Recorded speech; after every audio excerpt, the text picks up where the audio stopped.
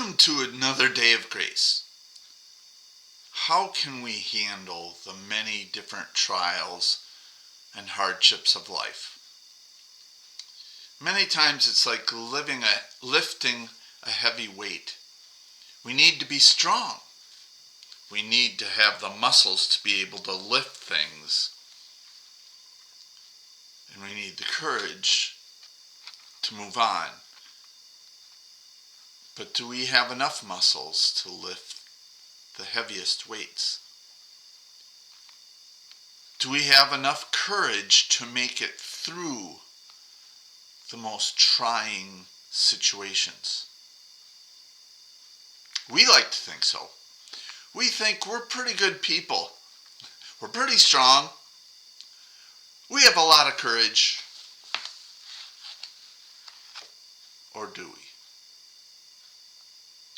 How do we make it through the temptations that Satan sets against us? The ones he sends to us try us at our weakest points. They test the most sensitive situations to us. And quite often, they tempt our priorities. They pit against God the things of our lives, our families, our work, our hobbies, our weaknesses.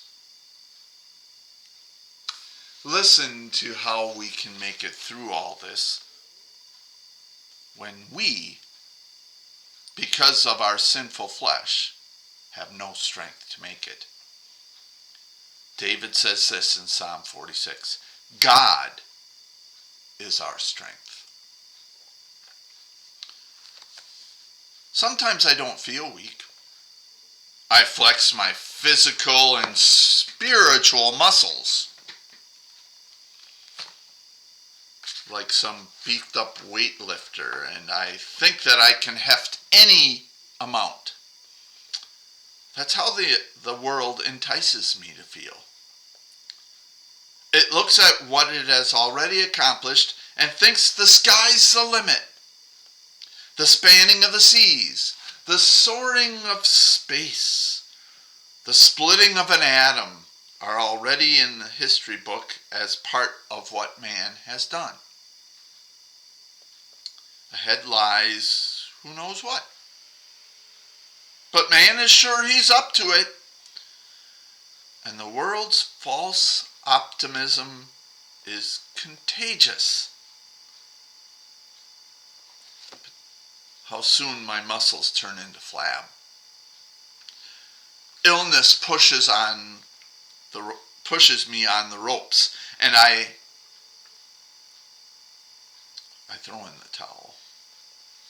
A loved one has problems my muscles can't lift, and I turn away in frustration. The years speed by, and my vaunted strength degenerates into debilitating weakness. Worst of all, if I'm a thinking person, I worry about sin, that little word with the big consequences. Deep down, I know that all is not well between God and me. Deep down, I realize that when my end comes, I must give an accounting to him.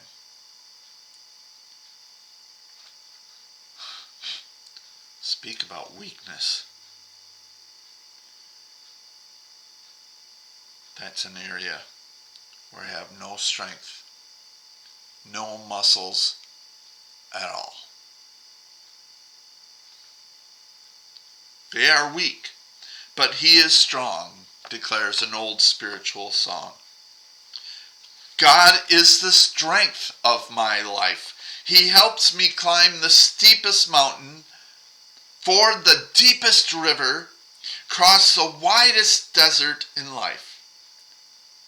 God is my rock and my salvation. Of whom shall I be afraid? He has canceled sin's curse. He has closed hell's door. He has cracked open forever heaven's door through his Son's payment on Calvary's cross.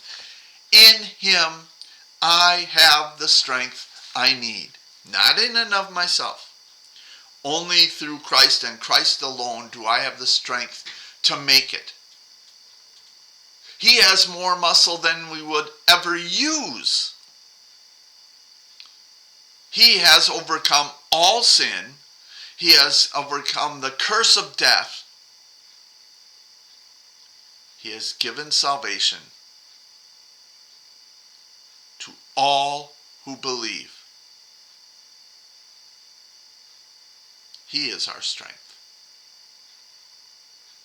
So give up trying to figure it out yourself, trying to lift that heavy weight, that heavy burden of sin by yourself. You never can. Stop trying to think through it with your mind and figure it out according to reason, because we don't have that kind of reason. We don't have that kind of knowledge. Instead, lay it all at the foot of the cross, where Jesus suffered and died for it all. He has more strength than all the people in the world that have ever lived could ever have. He has overcome sin for us all. He has the strength. He has the power. And to him be the glory. Lord, fill me with your strength. Especially lead me to trust your Son as my strength, my rock, and my salvation. Amen. His grace is sufficient for you. His power is made great in our weakness. He has overcome. Trust in his power, his strength, and you will receive his glory. Have a most blessed day.